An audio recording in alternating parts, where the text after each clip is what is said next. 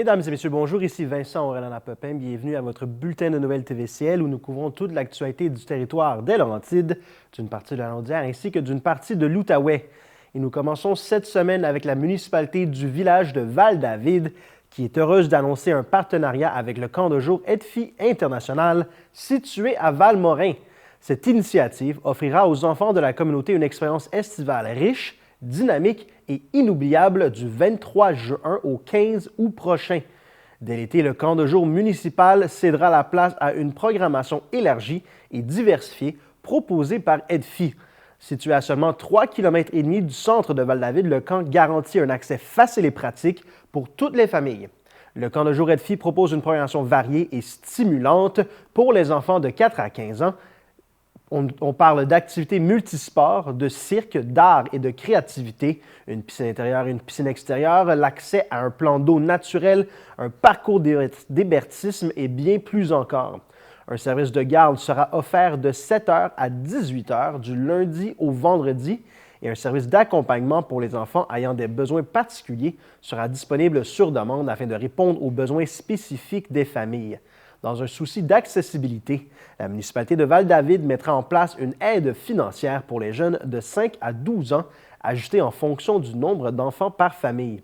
Les résidents devront fournir une preuve de résidence et d'identité pour bénéficier de cette subvention.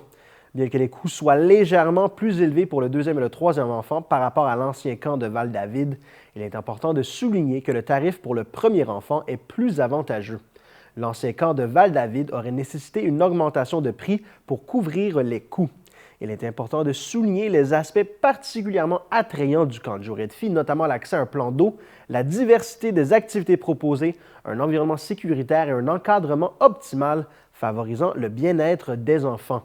Une visioconférence est planifiée le mercredi 29 janvier de 19h à 20h pour présenter la programmation 2025, expliquer les modalités d'inscription et d'aide financière et répondre aux questions des familles inscrites et intéressées. Les détails et documents requis pour le soutien financier seront communiqués ultérieurement aux familles inscrites. Les familles sont ainsi invitées à inscrire leurs enfants rapidement car les places sont limitées. Une période de pré-inscription avec tarif réduit sera ouverte jusqu'au 11 avril 2025. Pour les inscriptions et plus de détails, visitez campedfi.com ou composez le 1-888-463-3749.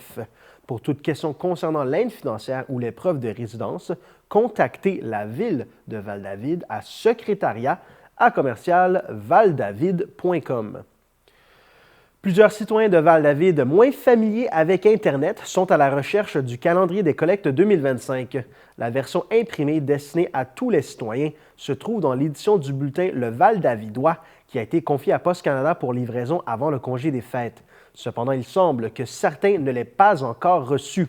En attendant de recevoir cette édition dans votre boîte postale, vous pouvez vous procurer des copies imprimées du calendrier de collecte aux endroits suivants. À la réception de la mairie au 2579 rue de l'Église. Vous pouvez également les trouver dans les exemplaires du Val-Davidois déposés au métro au 2500 rue de l'Église, à la mairie au 2579 rue de l'Église, au service des loisirs au 2490 rue de l'Église, à la bibliothèque de Val-David au 1355 rue de l'Académie.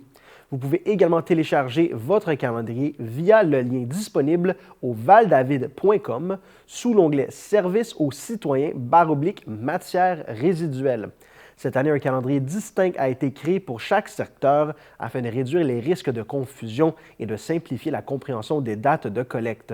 Si vous ne savez pas à quel secteur vous appartenez, vous pouvez facilement le vérifier en ligne sur le site web de valdavid.com sous l'onglet Services aux citoyens /matières résiduelles. Faisant suite à l'annonce des compressions dans le réseau scolaire à l'échelle provinciale, le Centre de services scolaires des Laurentides doit contribuer à l'effort collectif. Malheureusement, cette situation oblige le Centre de services scolaires des Laurentides à suspendre temporairement 2 projets majeurs, soit la construction d'une nouvelle école primaire à Val-David et la reconstruction de l'école Chante-au-Vent à Sainte-Adèle. Ces projets attendus avec enthousiasme par les communautés locales devront patienter jusqu'à ce que le contexte budgétaire permette leur reprise. Cette annonce ne concerne pas la nouvelle école de Saint-Sauveur, dont l'ouverture est toujours prévue pour le début de la nouvelle année scolaire. Le CSSL assure qu'il poursuivra ses efforts pour contribuer à une optimisation des ressources au niveau provincial tout en maintenant des services éducatifs de qualité pour l'ensemble des élèves du territoire. Une mise à jour budgétaire sera effectuée dans les prochaines semaines afin de réviser les priorités et de trouver des solutions innovatrices pour minimiser les impacts de cette situation sur la communauté scolaire. La mairesse de Val-David affirme que la municipalité de Val-David a appris avec consternation la suspension du projet de construction de la nouvelle école primaire sur son territoire et que cette décision prise par le Centre de services scolaires de Laurentides en raison des compressions budgétaires annoncées par le ministère de l'Éducation est totalement indépendante de la volonté de la municipalité. Elle ajoute que la ville est également confrontée à une situation préoccupante concernant le terrain destiné à l'école qui a fait l'objet d'une expropriation. Elle explique que les coûts élevés réclamés pour ce terrain pourraient imposer un fardeau injuste et que la municipalité se bat activement pour s'assurer que le prix payé soit équitable et respecte les intérêts des citoyens.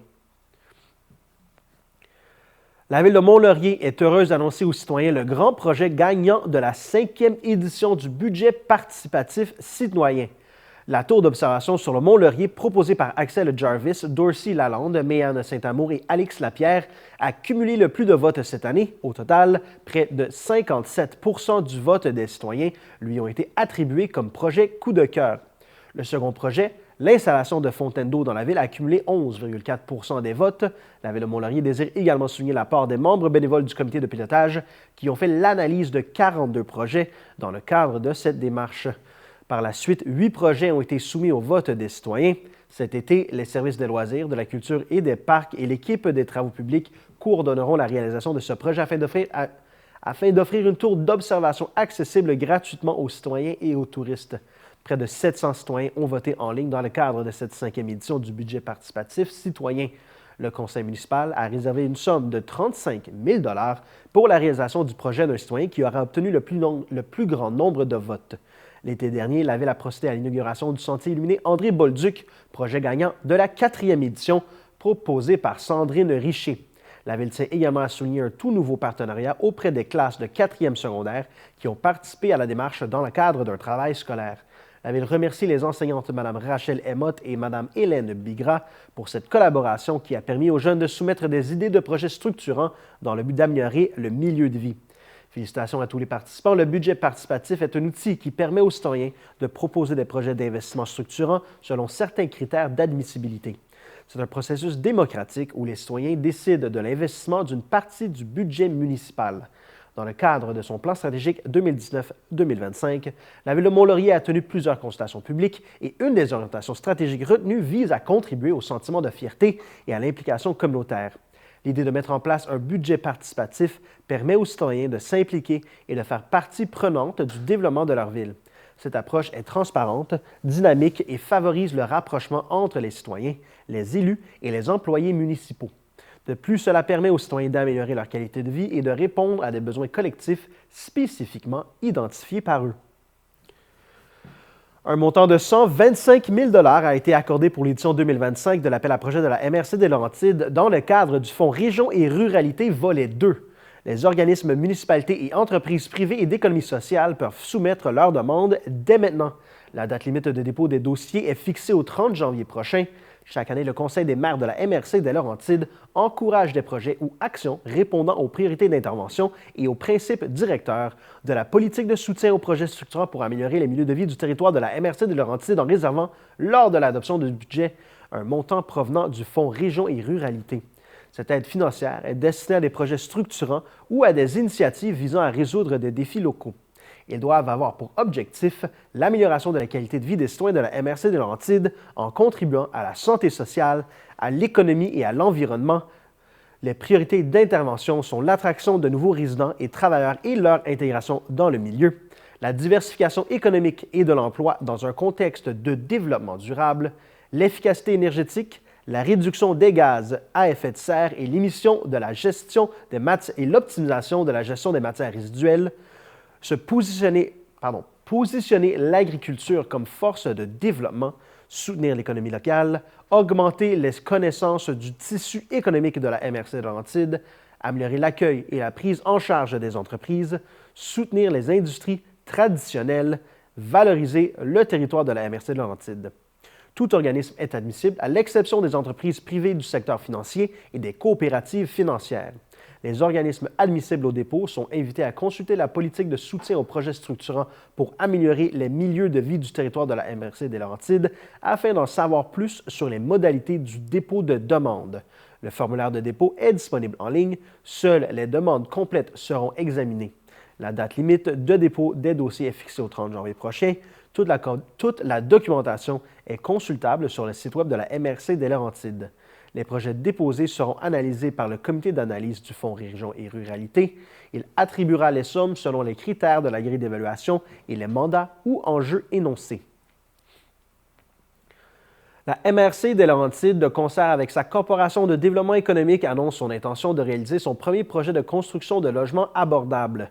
Dès 2025, ensemble, elles ont créé une fiducie d'utilité sociale en matière d'habitation pour travailleurs et étudiants postsecondaires, modèle innovateur ayant pour objectif de répondre aux besoins croissants en logements accessibles pour les travailleurs et étudiants postsecondaires du territoire de la MRC des Laurentides.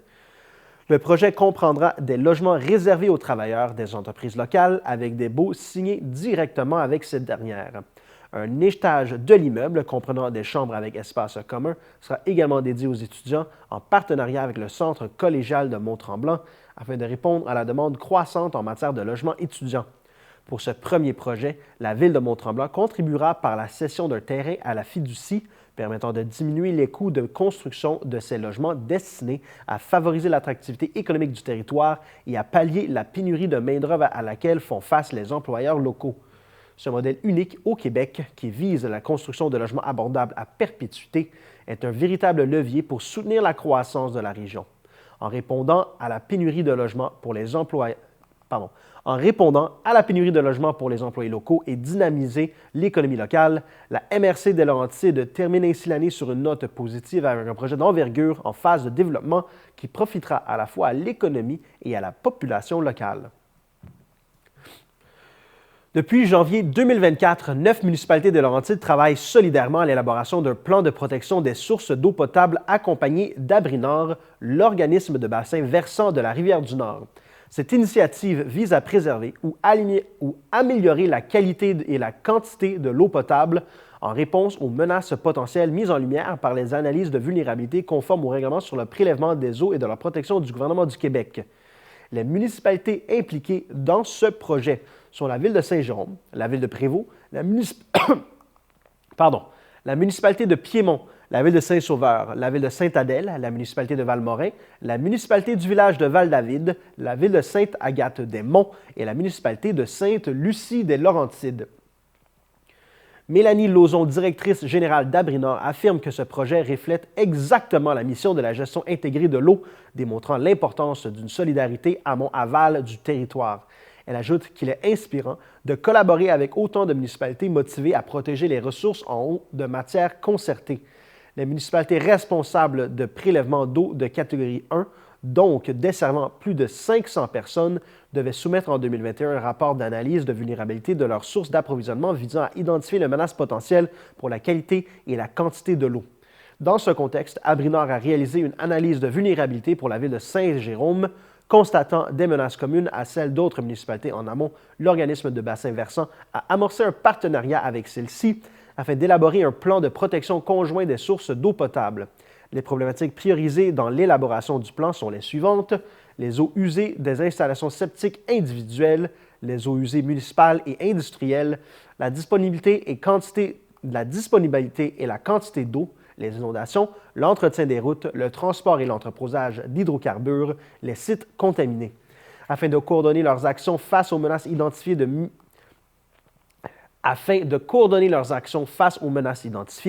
de mutualiser leurs ressources et d'harmoniser leurs responsabilités, les municipalités ont choisi d'élaborer un plan collaboratif plutôt que de réaliser individuellement leur plan de protection des sources d'eau potable. Une demande de subvention a été soumise dans le cadre du programme pour l'élaboration des plans de protection des sources d'eau potable du ministère de l'Environnement, de la lutte contre les changements climatiques, de la faune et des parcs. Les nouvelles concernant ce plan seront communiquées tout au long de la démarche. Revenez-nous après la pause.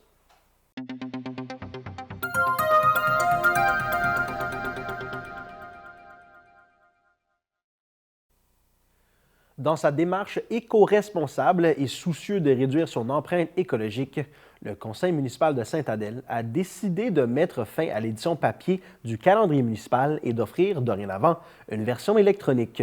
Un nouveau calendrier municipal 2025 est donc disponible en ligne sur le site Internet de la Ville. Cette édition, illustrée par de magnifiques images de la Ville captées par des photographes et par les participants au concours de photos Un beau moment, présente plusieurs informations au sujet des nombreuses activités culturelles, sportives, familiales et municipales qui se dérouleront à Sainte-Adèle en 2025. Rendez-vous sur le site Internet de la Ville pour découvrir le nouveau calendrier municipal offert dans sa version complète ou encore mois par mois. Les prochains mois seront ajoutés en cours d'année, ce qui permettra à la Ville de faire des ajouts au besoin. Chaque année, la Ville de Sainte-Adèle lance un appel de projet afin de faire bénéficier les artistes et organismes culturels locaux de son fonds culturel. Ainsi, un montant est octroyé afin de soutenir la réalisation de divers projets artistiques et culturels sur le territoire adélois. Les artistes et les organismes adélois sont invités à soumettre un projet qui s'adressera à l'ensemble de la communauté adéloise afin de partager des moments de bonheur uniques et mémorables. Le document de présentation et les règlements ainsi que le formulaire de demande d'aide financière sont disponibles dans la section Publications du site Web de la Ville. Les dossiers de candidature seront acceptés jusqu'au 1er mars 2025 inclusivement.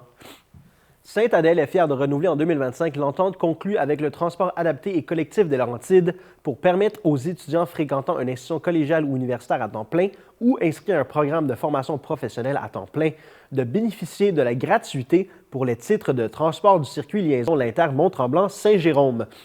Chaque étudiant peut se procurer un maximum de 4 titres de transport par session. Les titres sont d'une durée de 30 jours. Ils s'activent automatiquement au premier jour de leur utilisation et s'annulent à la 30e journée d'utilisation. Les titres sont disponibles à la place des citoyens pendant les heures d'ouverture. L'entente a débuté le 1er janvier et se termine à la fin de la session d'automne 2025.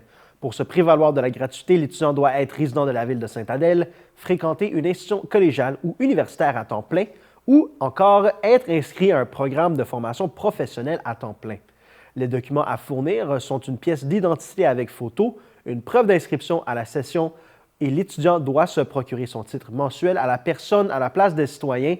Il s'engage à utiliser pour lui seul ce titre qui lui est gracieusement offert et il s'engage également à ne pas vendre ce titre ou en faire bénéficier une autre personne. En offrant la gratuité dans les transports collectifs, la Ville de Sainte-Adèle souhaite faciliter l'accès des étudiants adélois aux établissements d'enseignement postsecondaire et professionnels de la région.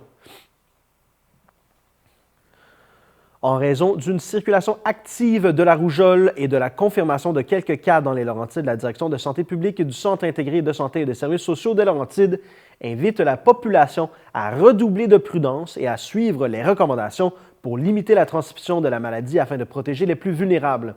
La rougeole est une maladie virale très contagieuse pouvant causer des complications graves, notamment chez les enfants âgés de moins d'1 an. Les femmes enceintes et les personnes ayant un système immunitaire affaibli. Il est possible d'être infecté et d'attraper la maladie sans avoir été en contact direct avec une personne atteinte de la rougeole. Il peut suffire de s'être trouvé dans la même pièce qu'une personne contagieuse, même durant une courte période. Certains lieux d'exposition à la rougeole ont été identifiés dans les Laurentides et sont disponibles pour consultation sur québec.ca/rougeole. Si vous avez fréquenté ces lieux, vous devez vérifier votre statut de protection en consultant la section « Personnes considérées comme protégées » sur québec.ca/rougeole ou encore, vous pouvez téléphoner au 1-877-644-4545. Si vous n'êtes pas protégé contre la rougeole, il est recommandé de vous isoler. Par ailleurs, si vous êtes une personne vulnérable, soit un bébé âgé de moins d'1 an, une femme enceinte ou une personne immunosupprimée, contactez InfoSanté au 811. Un traitement préventif pourrait être offert afin de diminuer les risques de complications de la maladie. Par mesure de précaution, il est conseillé de surveiller l'apparition des symptômes suivants: la fièvre, la congestion nasale avec écoulement nasal, la toux, conjonctivite, la sensibilité à la lumière et des malaises généralisés. Par la suite, des rougeurs apparaissent au visage, puis sur le corps. En cas de symptômes, la Direction de santé publique rappelle qu'il est important de s'isoler et d'éviter les contacts avec d'autres personnes. Si un déplacement pour une consultation médicale est nécessaire, il est fortement recommandé de porter un masque, d'éviter d'utiliser les transports en commun, de contacter la clinique médicale ou tout autre milieu de soins et services avant de se déplacer pour les informer de son état. Si ce n'est pas possible, il est essentiel d'informer le personnel à l'accueil dès son arrivée. La vaccination demeure le moyen le plus efficace de prévention contre la rougeole. Au Québec, selon le calendrier régulier de vaccination, les enfants reçoivent le vaccin contre la rougeole à 12 et 18 mois. Cependant, la vaccination est offerte gratuitement à toute personne née à partir de 1970 qui n'a jamais reçu le vaccin contre la rougeole ou qui n'a jamais eu cette maladie. Les personnes nées avant 1970 sont considérées comme protégées contre la rougeole. La prise de rendez-vous pour obtenir le vaccin contre la rougeole est accessible sur clicsanté.ca ou par téléphone au 1-877-644-4545 du lundi au vendredi de 8h à 18h. Le CI3S des Laurentides encourage la population à considérer les alternatives aux urgences des hôpitaux de Saint-Jérôme et de Saint-Eustache pour toute situation n'étant pas critique. Cela s'explique par le fort achalandage actuel dans ces deux installations, ce qui occasionne des délais d'attente plus élevés qu'à la normale. Si votre situation n'est pas critique, plusieurs options s'offrent à vous. Consultez un pharmacien, un médecin de famille ou un centre d'urgence pédiatrique. Prenez rendez-vous avec un médecin dans une clinique sans rendez-vous via le site web rvsq.gouv.qc.ca. Si vous n'avez pas de médecin de famille, utilisez le guichet d'accès à la première ligne en composant le 811 option 3. Pour toute question de santé, contactez la ligne InfoSanté au 811, accessible jour et nuit pour parler à un membre du personnel infirmier. D'autres professionnels tels que les physiothérapeutes, dentistes et optométristes peuvent aussi répondre à vos différents besoins. Ces alternatives sont à considérer pour une situation qui n'est pas urgente. Toutefois, toute personne en situation critique ou instable ne doit pas hésiter à se rendre à l'urgence. Le CI3S des Laurentides tient à remercier ses équipes et l'ensemble de la population pour leur collaboration en cette période d'achalandage accru.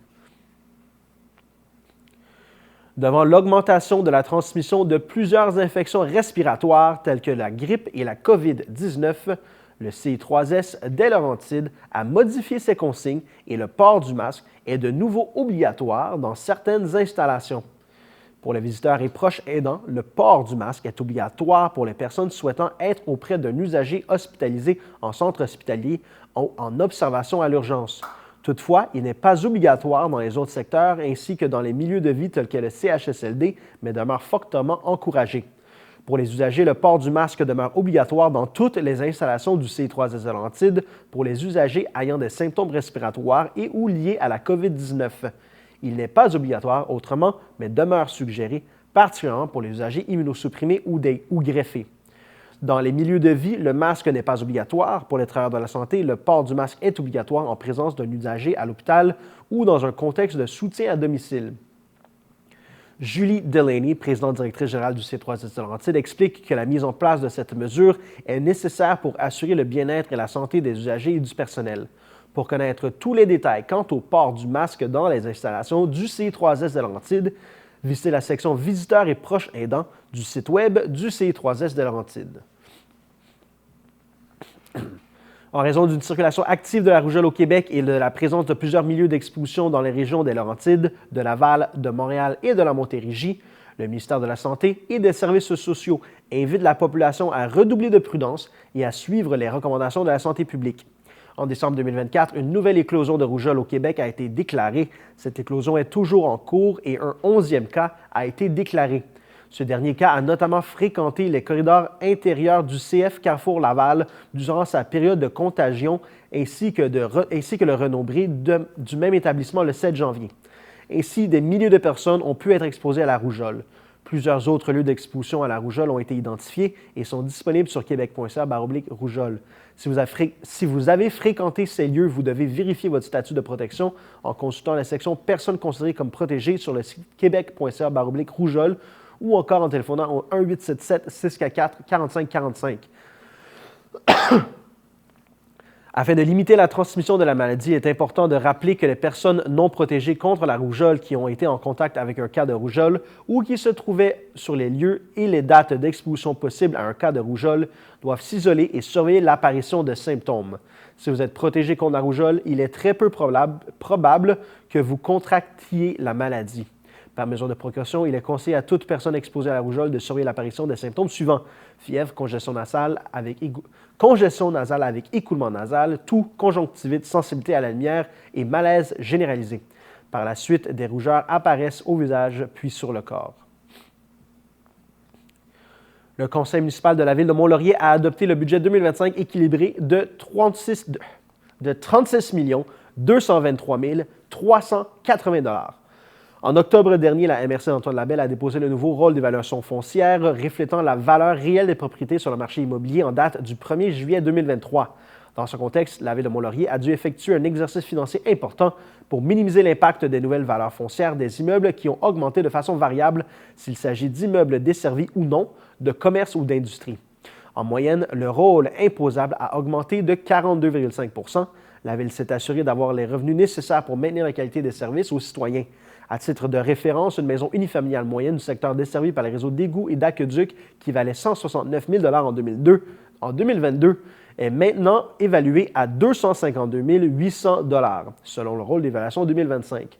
L'augmentation est aussi importante pour les immeubles du secteur commercial et industriel. Afin d'éviter une trop grande pression financière sur les citoyens, la Ville a procédé à l'ajustement des taux de taxation à la baisse afin de contrebalancer la hausse des valeurs des immeubles selon leur catégorie. Malgré la complexité de l'exercice, le conseil municipal a réussi à déposer un budget équilibré d'une valeur de 36 223 380 $, représentant une hausse de 6,9 % par rapport au budget 2024. Ce dernier tient compte de certains choix, des priorités et de certaines affectations nécessaires permettant ainsi de limiter l'augmentation moyenne du compte de taxes municipales pour une maison unifamiliale du secteur desservi à environ 2,49 %. Le maire Daniel Bourdon affirme que l'augmentation importante de la valeur foncière qu'ont connue les immeubles aurait pu entraîner des hausses significatives pour les citoyens et que le conseil municipal a donc pris la décision de réduire considérablement le taux de taxation de près de 31 % pour limiter l'impact du nouveau rôle d'évaluation sur la capacité de payer des contribuables laurier-montois. Par ailleurs, le budget permet aussi à la Ville de continuer son développement et d'améliorer la qualité de ses infrastructures en s'appuyant sur son plan stratégique 2019-2025. Ce plan en sera d'ailleurs à sa dernière année.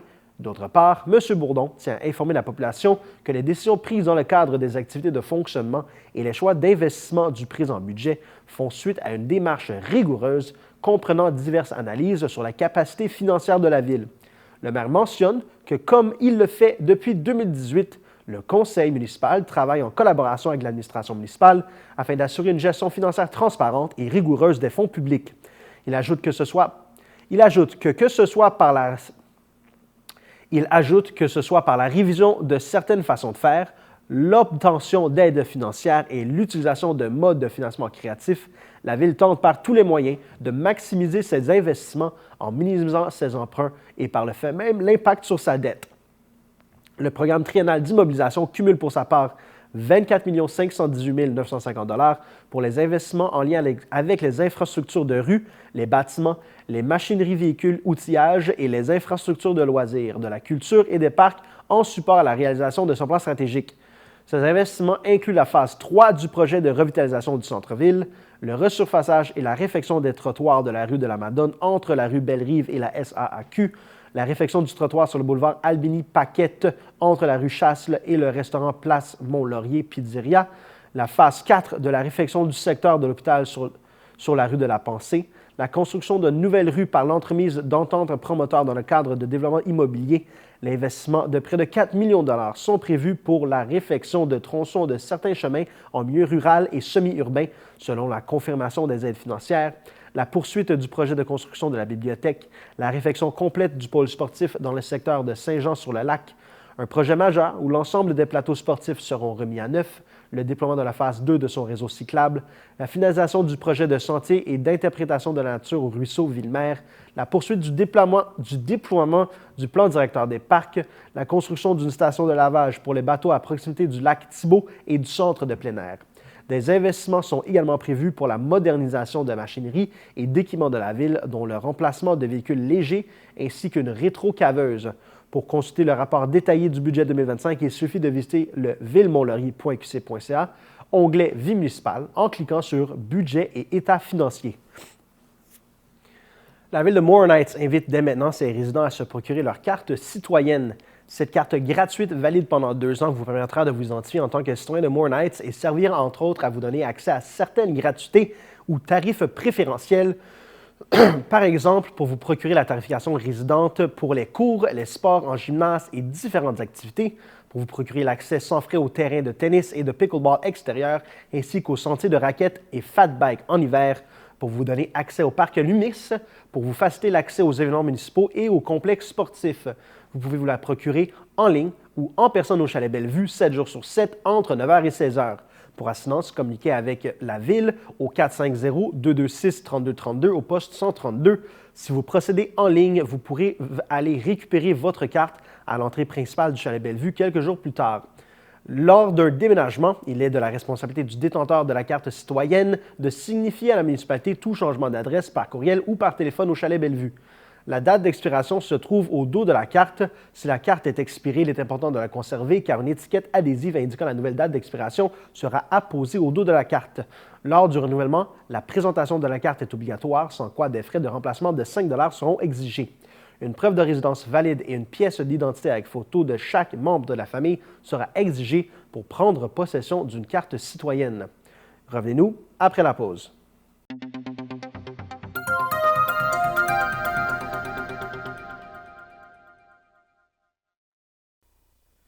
C'est sous le thème « On bouge à Saint-Donat » que la municipalité de Saint-Donat lance le défi de capter la plus belle image d'une activité de plein air pratiquée sur le territoire.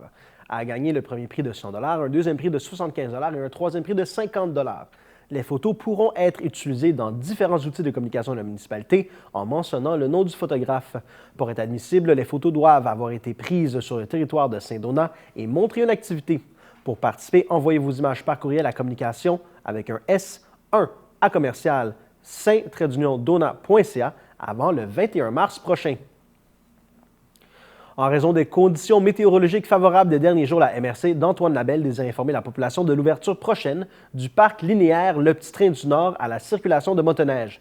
Cette ouverture est effective depuis le 16 janvier sur la section Antoine Labelle, soit du kilomètre 112 dans la municipalité de la Macasa jusqu'au kilomètre 200 à Mont-Laurier. Au cours de l'hiver et selon les conditions météorologiques, les clubs de motoneige verront au nettoyage de la piste et à l'entretien de celle-ci. La MRC souhaite porter à l'attention des utilisateurs que suivant un glissement de terrain majeur survenu au kilomètre 131-132 dans le secteur de Rivière-Rouge en août dernier, un contournement par le réseau local a été mis en place. Afin d'assurer leur sécurité, la MRC demande à tous les utilisateurs de faire preuve de prudence et de respecter la signalisation et les règlements en vigueur lors de leur déplacement en motoneige sur le parc linéaire et sur l'ensemble du territoire. Le conseil de la MRC d'Antoine Labelle a octroyé une somme de 40 000 $ issue d'une nouvelle entente sectorielle conclue entre les MRC d'Antoine Labelle et d'Argenteuil et le CI3S de Lantide, Moisson-Lantide et le ministère des Affaires municipales et de l'Habitation. Afin de favoriser l'accès à des aliments frais et de qualité, l'implication citoyenne, les saines habitudes de vie et la lutte contre la pauvreté et l'exclusion sociale, cette entente sectorielle vise à soutenir le développement de projets en aide et en innovation alimentaire dans la région des Laurentides. Ainsi, à l'automne 2024, un premier appel de projet a été lancé auprès des organismes du territoire. Du côté de la MRC d'Antoine Labelle, c'est l'organisme Cultiver pour nourrir qui reçoit 40 000 $ afin de réaliser un projet de développement de partenariat et de diversification des productions. Ce projet comprend plusieurs initiatives, l'évaluation et le développement de partenariats pour étendre les jardins solidaires dans les pôles nord, est et sud de la MRC d'Antoine Labelle, la mise en place et la promotion de la route à croquer afin de valoriser l'implication des communautés locales, l'implantation d'arbustes fruitiers à proximité du bureau touristique de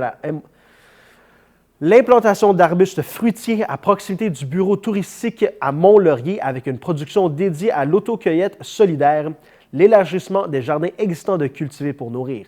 L'aboutissement de ce projet prévoit des retombées concrètes pour la communauté, notamment par l'ajout de 500 arbustes fruitiers à Mont-Laurier, par l'augmentation de superficie à cultiver de plus de 10 % et de nouvelles variétés de légumes racines pour prolonger la saison des récoltes.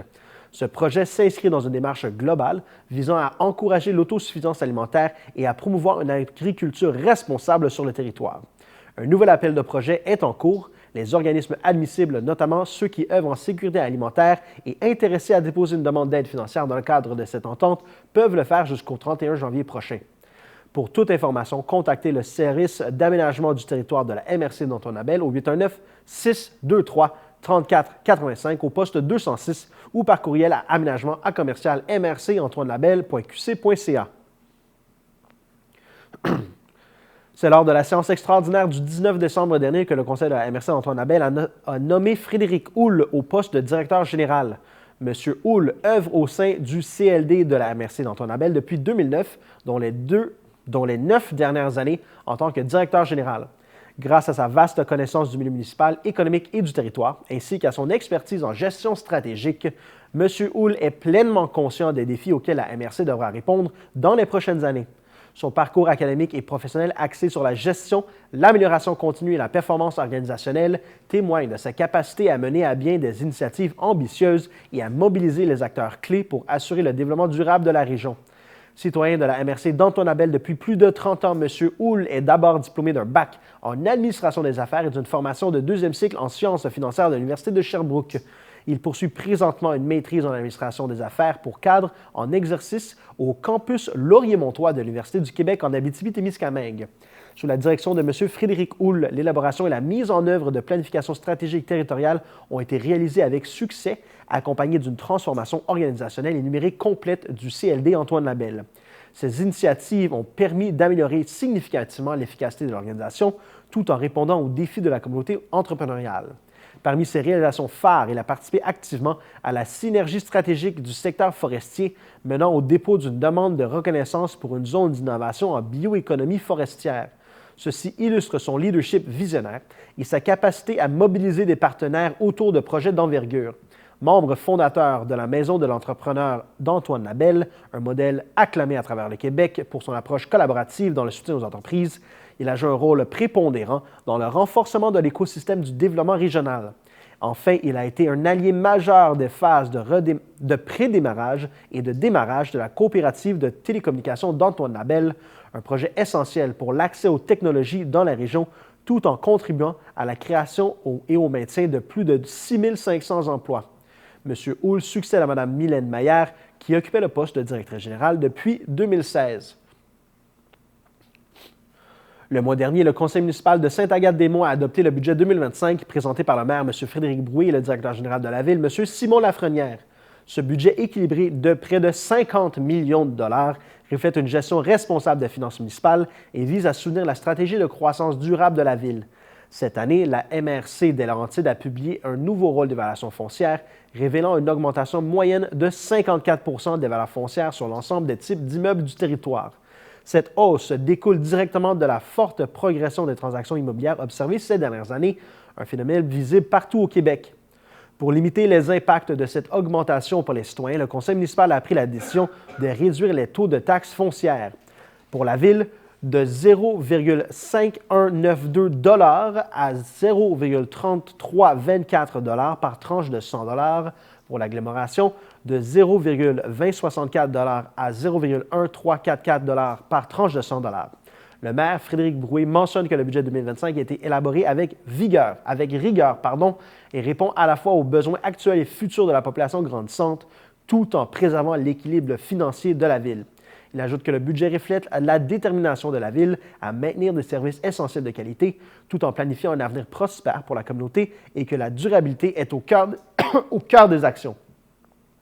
C'est pourquoi la Ville a investi dans des infrastructures clés cette année, telles que la rénovation de la piscine municipale, l'élaboration d'un plan de transition écologique ainsi que la mise à niveau des réseaux d'égouts et d'aqueducs afin de répondre aux besoins présents tout en bâtissant un avenir solide. Le budget 2025 prévoit des investissements majeurs qui visent à améliorer les infrastructures, protéger l'environnement et enrichir le milieu de vie des citoyens. Parmi les projets clés, mentionnons l'élaboration d'un plan de transition écologique, le réaménagement de la place Lagny, la création d'un poste de conseiller en planification des sentiers et du territoire, la création d'un poste de conseiller aux entreprises, la modernisation des réseaux d'aqueducs et d'égouts, la rénovation de la piscine municipale du centre sportif d'Amiens-et-Tsu, la mise en place d'une entente pour le développement culturel. Simon Lafrenière, directeur général de la Ville, ajoute que le budget 2025 témoigne de l'engagement de la Ville envers une gestion responsable et proactive et qu'en alignant les priorités sur une perspective stratégique à long terme, la Ville a conçu un plan qui répond aux besoins immédiats de la communauté tout en posant les bases d'un avenir durable et prospère. Le budget 2025 s'inscrit dans la continuité des efforts entrepris ces dernières années pour assurer un développement harmonieux. Dans un contexte où la sensibilisation aux enjeux environnementaux est devenue essentielle, de nombreuses écoles mettent en place des initiatives pour encourager les élèves à adopter des comportements plus respectueux dans l'environnement. Ainsi, le 7 janvier dernier, le Conseil à la gestion des matières résiduelles de la MRC des Pays d'en Haut a offert des ateliers sur le compost à l'école primaire Saint-Joseph de Sainte-Adèle. S'adressant à un total de plus de 100 élèves issus de classes de 5e et 6e année, la journée fut un franc succès. Les participants dynamiques et allumés ont très bien participé à l'activité. Certains d'entre eux font d'ailleurs partie du comité vert. Cet atelier a valorisé d'autant plus leur action quotidienne au sein même de leur école et l'importance de chaque geste. De belles discussions et de nombreux échanges tout au long de cette présentation interactive. En effet, les enfants ont abordé le cycle de la matière organique, les changements climatiques et le tri des matières pour réduire la quantité de déchets envoyés à l'enfouissement. L'atelier de compostage est bien plus qu'une simple activité écologique. Il représente une véritable opportunité d'apprentissage permettant aux élèves de devenir des acteurs du changement pour un avenir plus durable. Ce projet nourrit non seulement l'esprit des enfants, mais aussi la Terre, contribuant ainsi à la préservation de l'environnement tout en favorisant une approche pédagogique innovante et responsable. En intégrant le compost dans le quotidien scolaire, les écoles offrent à leurs élèves des outils pratiques et des valeurs durables qu'ils pourront appliquer tout au long de leur vie.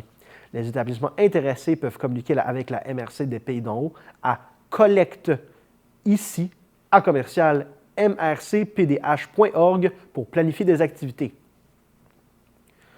Le conseil municipal de la MRC des Pays d'en haut a entériné le processus d'appel de projet admissible au Fonds Culture et Patrimoine 2025 qui a débuté le 12 décembre dernier. La date limite pour déposer une demande sera le 17 février prochain. Rappelons que le Fonds Culture et Patrimoine offre une aide financière complémentaire à des projets et a pour but d'assurer la mise en œuvre de la politique culturelle de la MRC des Pays d'en haut adoptée en 2006 en soutenant les initiatives culturelles et patrimoniales des organismes et d'artistes du territoire. Le Fonds Culture et Patrimoine disposera d'une enveloppe globale de 65 000 $. Pour obtenir de plus amples informations sur ce fonds, consultez le site web lespaysdenhaut.com/fonds-et-programme ou communiquez avec Philippe Laplante, conseiller au développement culturel au 450-229-6637 au poste 119 ou à l'adresse courriel plaplante@mrcpdh.org. Il a fortement suggéré aux promoteurs de projets de communiquer avec le conseiller au développement culturel plusieurs jours avant la date de dépôt des demandes d'aide afin de vérifier leur admissibilité. Revenez-nous après la pause.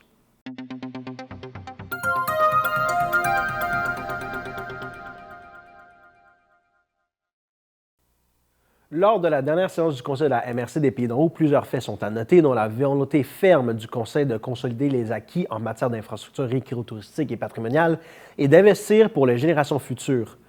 La MRC des Pays d'en haut a déposé un projet de règlement d'emprunt pour amorcer la prochaine phase du plan triennal d'investissement lancé en 2024, assurant ainsi la pérennité des travaux nécessaires et la mise aux normes et à l'adaptation au changement climatique des parcs linéaires Le Petit Train du Nord et du corridor aérobique. Cette initiative découle de l'obligation contractuelle de la MRC inscrite dans les baux avec le gouvernement du Québec de veiller à l'entretien, à l'aménagement et à la gestion de ces infrastructures publiques. Rappelons que les parcs linéaires sont des infrastructures clés pour le tourisme, les loisirs et la qualité de vie des citoyens. Leur mise aux normes et leur adaptation sont primordiales pour prévenir les risques liés à l'usure et aux phénomènes climatiques extrêmes, maintenir l'attrait économique et récréatif de la région et préserver l'héritage environnemental et patrimonial qu'ils représentent. À la suite de plusieurs rencontres avec le ministère des Transports et de la Mobilité durable et avoir été en attente d'une réponse, la MRC des Pays d'en haut lui demande l'autorisation d'installer une passerelle temporaire pour assurer la circulation sécuritaire des piétons et des cyclistes sur le corridor aérobique, un parc linéaire apprécié pour ses activités récréatives et touristiques. Depuis le démantèlement du pont Newayego en 2024, ce lien essentiel est impraticable et il n'existe aucun détour sécuritaire dans les environs. Cette situation pose des enjeux pour la sécurité des utilisateurs et nuit à la popularité de cette infrastructure importante de la région. La MRC des Pays d'en haut s'apprête à signer 2 nouveaux baux pour les bâtiments situés au 1000 rue Saint-Georges à Sainte-Adèle, construit à l'origine pour devenir la gare de Sainte-Adèle-Mont-Roland. Ce bâtiment emblématique abrite aujourd'hui 2 commerces bien connus, soit Espresso Sport et Café de la Gare. Des travaux majeurs de réfection et de revitalisation sont nécessaires pour assurer la pérennité de l'immeuble, répondre aux normes actuelles et respecter les engagements pris auprès des autorités gouvernementales. Une fois les rénovations terminées, des aménagements locatifs seront également réalisés par des locataires pour adapter les installations à leur nouvel état. Vous souhaitez vous impliquer sur les questions d'environnement à Saint-Sauveur, alors soumettez votre candidature pour être membre du Comité consultatif d'environnement d'ici le 31 janvier à midi. Les membres du comité consultatif en environnement exercent un rôle conseil en donnant leur avis et leurs recommandations sur les demandes qui leur sont soumises par le conseil municipal en matière d'environnement. Celles-ci peuvent porter sur des projets tels que la protection de l'eau, de l'air et des sols, la conservation des milieux naturels, la qualité du milieu de vie, les changements climatiques ou la gestion des matières résiduelles. Le comité est composé de 2 membres du conseil municipal et de 5 membres citoyens et est assisté par la direction du service de l'environnement et du développement durable. Il siège 6 fois par année lors du 4e jeudi des mois de janvier, mars, mai, août, octobre et décembre. Le mandat des membres est d'une durée de 2 ans et est renouvelable pour un maximum de 2 mandats consécutifs. La personne recherchée doit être âgée de 18 ans et plus, habiter à Saint-Sauveur, avoir une bonne connaissance du territoire de Saint-Sauveur, être dynamique, avoir un esprit ouvert et critique, faire preuve de jugement et d'analyse et détenir une expertise dans le domaine de l'environnement. Toute personne intéressée est invitée à soumettre sa candidature en incluant son curriculum vitae ainsi qu'une lettre d'intention décrivant son intérêt, sa motivation et ses compétences en lien avec le mandat. Les documents doivent être transmis à l'attention de Mme Brigitte Voss au bvoss@vss.ca au plus tard le 31 janvier prochain à midi. La Ville de Saint-Sauveur remercie toutes les personnes de leur intérêt. Seules les personnes dont la candidature sera retenue seront contactées. Pour obtenir de plus amples renseignements à propos de cet appel de candidature, veuillez communiquer avec le service de l'environnement et du développement durable au 450-227-0000 au poste 2610.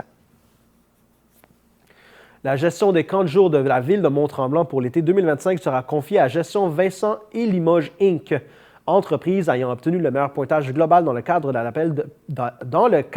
l'appel d'offres public lancé en novembre dernier. Adopté par le Conseil en décembre 2024, le contrat couvre également les étés 2026 et 2027, avec possibilité de renouvellement pour 2028 et 2029. Afin de mieux répondre aux besoins des familles, les résultats détaillés du sondage de satisfaction mené auprès des parents en 2024 ont été rigoureusement analysés.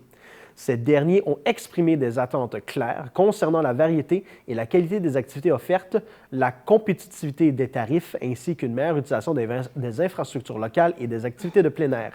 Ces préoccupations ont été intégrées aux critères de sélection de l'appel d'offres qui privilégiait la qualité de l'offre publique, qui privilégiait la qualité de l'offre plutôt que le prix le plus bas. Le comité de sélection, composé d'employés municipaux et d'une citoyenne invitée, a évalué avec soin les propositions reçues. Gestion Vincent et Limoges Inc. s'est démarqué par son expertise, proposant une offre qui combine animation créative et diversifiée, respect des attentes exprimées par les familles et mise en valeur des espaces naturels de Mont-Tremblant. Les détails relatifs aux tarifs et à la programmation seront communiqués plus tard cette saison. Une rencontre d'information sur la logistique du camp de jour sera organisée pour les familles avant l'ouverture des inscriptions lors du mois d'avril prochain. En prévision de l'édition 2025 du marché d'été de Mont-Tremblant, la Ville invite les producteurs et productrices ainsi que les artisans de l'agroalimentaire et des métiers d'art de la table à soumettre leur candidature pour participer gratuitement à cet événement qui se tiendra à l'espace public. Ce rendez-vous estival offre une vitrine exceptionnelle pour faire découvrir les produits de la région et valoriser le savoir-faire des marchands. Le tout se déroule dans une ambiance conviviale, ponctuée de prestations musicales qui bonifient l'expérience des visiteurs et des visiteuses. Les personnes qui souhaitent soumettre leur dossier sont invitées à remplir le formulaire d'inscription sur le site web de la Ville à villedemontremblant.qc.ca/candidature-marché au plus tard le 19 février prochain. Les personnes sélectionnées recevront une confirmation au courant de la semaine du 10 mars 2025. Du 7 février au 30 mars, découvrez l'exposition Architecture organique de la nature, le tout petit moment de l'indécision de l'artiste visuel multidisciplinaire des Laurentides, Lynn Pinard, présentée à la salle Alphonse Desjardins. À travers ses œuvres, Lynn Pinard explore la relation intimiste entre l'humain et la nature, tout en révélant la fragilité et la beauté d'un monde à respecter pour la survie collective. S'inspirant de ses balades en forêt, de ses cueillettes de matière et de photographies, ainsi que de ses lectures, l'artiste les relie dans une géométrie précise à partir de réflexions sur soi et sur l'humanité, tout en travaillant avec les concepts que sont les croyances et symboles. Très jeune, Lynn Pinard assume une double pratique en métier d'art textile et peinture grand format, diplômée en art plastique. Elle complète ensuite des études en art visuel à l'UQAM. Affiliée à divers centres artistiques, notamment le O3 Impérial à Granby et le regroupement d'artistes de l'Université Bishop, elle y cumule plusieurs expositions. Installée Installée depuis 27 ans dans son atelier et ses jardins des Laurentides, elle enrichit son corpus de création réunissant peinture à huile, installation et sculpture où se reflètent ses recherches en sciences, philosophie, spiritualité et ésotérisme. Depuis plus de 40 ans, nombre de ses œuvres font partie de collections privées. Cette exposition est rendue possible grâce à l'entente de développement culturel conclue entre la Ville de Mont-Tremblant et le ministère de la Culture et des Communications du Québec. Pour tout renseignement, communiquez avec le service de la culture, des loisirs et de la vie communautaire à culture et loisirs à commercial villedemonttremblant.qc.ca ou appelez au 819-425-8614. Les conseils de ville et d'agglomération de Mont-Tremblant ont annoncé les prévisions budgétaires pour l'année 2025 ainsi que le programme triennal des mobilisations 2025-2027. Ce budget se caractérise par un équilibre financier résultant d'une augmentation du compte de taxes résidentielles de 2,9 %. Il reflète l'engagement de la Ville à répondre aux besoins croissants de la population tout en maintenant l'accessibilité et la qualité des services. Ce dernier budget clôture le cycle de planification budgétaire amorcé par les conseils élus pour la période 2021-2025. Le budget 2025 s'élevant à 67,7 %, soit une augmentation de 5 millions par rapport à l'année dernière, traduit une gestion financière rigoureuse malgré les défis économiques.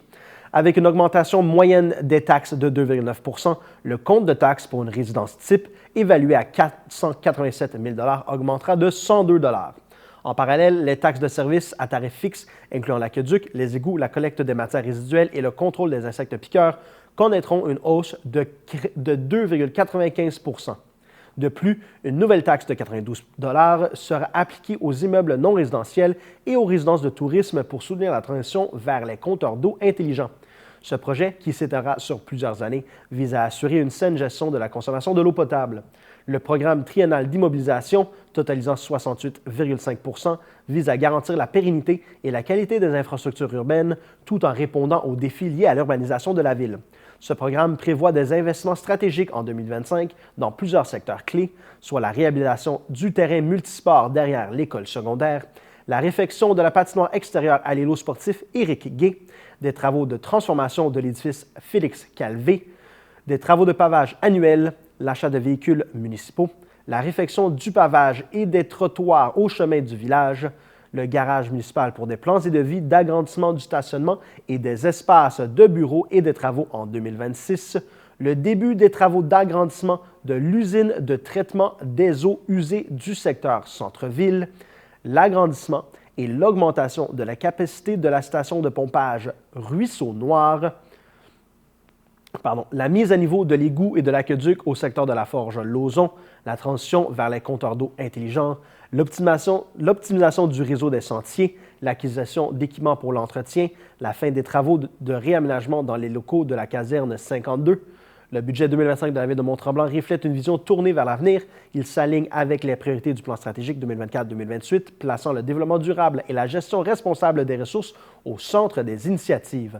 Certains projets amorcés en 2024 se poursuivent avec des impacts financiers notables sur le budget 2025, soit la reprise de la gestion du complexe aquatique, du centre sportif et des plages, le développement des sentiers sur les terrains de Grey Rocks, les actions concertées pour accroître l'offre de logements abordables, la finalisation des travaux d'aqueduc et d'égouts pour la mise en place du pôle santé, la mise en place d'une écotaxe pour les gaz à effet de serre, la réglementation plus stricte sur la protection des bandes riveraines des lacs et la refonte du plan d'urbanisme.